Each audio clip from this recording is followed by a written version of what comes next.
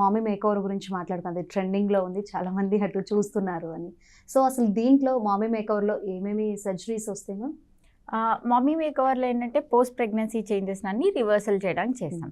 Most కామన్గా దానిలో cover అయ్యేది టమ్మీ టక్, బ్రెస్ట్ సర్జరీస్, అలాగే జెనైటల్ సర్జరీ కూడా కవర్ అవుతాయి.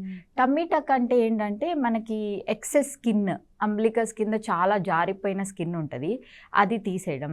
ఇంకోటి లైపోసక్షన్ అన్నాను కదా, అక్కడక్కడ ఫ్యాట్ డిపాజిట్స్ ఎంత ఎక్సర్సైజ్ చేసినా డైట్ చేసినా తగ్గవు అవి, వాటిని లైపోసక్షన్ చేయడం. తర్వాత పోస్ట్ ప్రెగ్నెన్సీలో ఒక ఇంపార్టెంట్ కాంపనెంట్ ఉంటుంది, మన అబ్డామినల్ మజిల్స్ లూజ్ అయ్యి ల్యాక్స్ అయిపోయి సపరేట్ అయిపోవడం, దాన్ని డైవారికేషన్ ఆఫ్ రెక్టై అంటారు.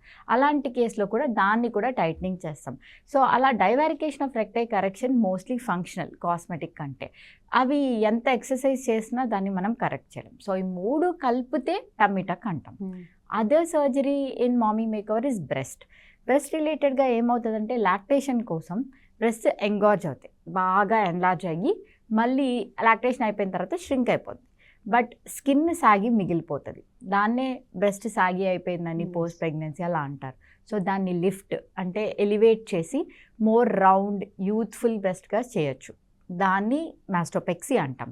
అదే కనుక దాంట్లో వాల్యూమ్ అంటే సైజు కూడా తగ్గిపోయి ఉంటే ఏదర్ ఇంప్లాంట్స్ కానీ వాళ్ళ టిష్యూ వాడే చేయొచ్చు, ఆటో మాస్టోపెక్సీ అంటారు, అది కూడా చేయొచ్చు, ఆటో ఆగ్మెంటేషన్, దాంతోపాటు ఫ్యాట్ గ్రాఫ్టింగ్ కూడా ఇవ్వచ్చు. అట్లా చాలా పద్ధతులు ఉంటాయి, దాని ప్రకారం వాల్యూమ్ కూడా ఇంక్రీజ్ చేయొచ్చు. సో ఇవి మోస్ట్ కామన్గా మామీ మేకోవర్లో ఉంటాయి. అది కాకుండా ఫీమేల్ జెనైటల్ సర్జరీ అని కూడా ఉంటాయి. నార్మల్ లేబర్ అయిన వాళ్ళకి వెజైనా బాగా డైలేట్ అయిపోయి ల్యాక్స్ అయిపోవడం, అది చాలా కామన్ థింగ్, అది ఉండొచ్చు. ఫ్యాట్ ఎట్రోఫీ ఉండొచ్చు, అట్లాంటివన్నీ. అండ్ వెజైనల్ రిజువినేషన్ అంటాం, అట్లాంటివన్నీ దీనిలో పార్ట్గా చేయొచ్చు. సో ఈ 2 or 3 సర్జరీస్ కాంబినేషన్ చేస్తే ఫీమేల్స్ ఏంటంటే ఒకే సర్జరీతో they can get back to pre pregnant state and more confidence వస్తుంది వాళ్ళకి.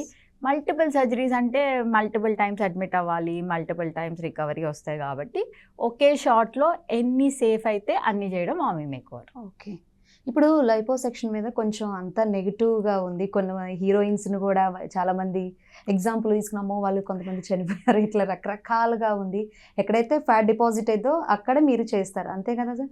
దానివల్ల ఏమైనా నెగిటివ్ అయ్యే ఉందా? సో ప్రాబ్లమ్స్ ఫేస్ చేసే ఛాన్సెస్ ఉందా? యా, సో అదేంటంటే లైపోసక్షన్ మీద చాలా బ్యాడ్ ప్రాపగాండా ఉంది. అండ్ ఒకటి ఏంటంటే లైపోసక్షన్ వెయిట్ లాస్ కోసం చేస్తారు అని.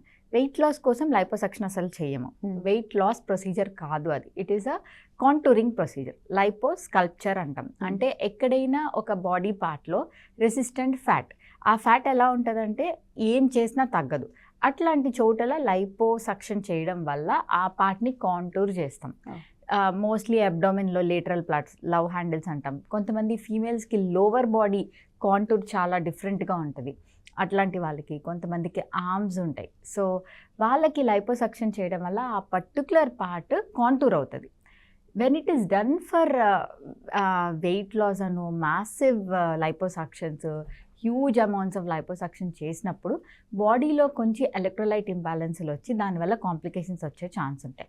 సో వీటికి కూడా ఒక క్రైటీరియా ఉంటుంది, ఒక పర్సన్కి ఇంత పర్సంటేజ్ ఆఫ్ బాడీ వెయిట్ అంటే 10% ఆఫ్ బాడీ వెయిట్ని సేఫ్గా లైపోసక్షన్ చేయొచ్చు అని చెప్పి. సో అలాంటి జాగ్రత్తలన్నీ తీసుకుంటే liposuction is a very safe procedure. చాలామంది ఇన్సైడ్ కన్నా అవుట్ సైడే ఎక్కువ ఇంపార్టెన్స్ ఇస్తూ ఉంటారు. ఇప్పుడు అలాంటి సర్జరీస్ జరిగిన తర్వాత మళ్ళీ ఫ్యూచర్లో ఏమైనా మళ్ళీ పెరిగే ఛాన్స్ ఉందంటే, ఫ్యాట్ అట్లా లావ్ అయ్యే ఛాన్సెస్ ఉన్నాయా? సో ఇది మా ఆల్రెడీ టమ్మీ టక్ పేషెంట్స్కి కానీ లైపోసక్షన్ పేషెంట్స్కి కానీ ఏం చేస్తామంటే, లైపోసక్షన్ చేసేటప్పుడు అక్కడ ఫ్యాట్ సెల్స్ని డిస్ట్రక్ట్ చేస్తాం.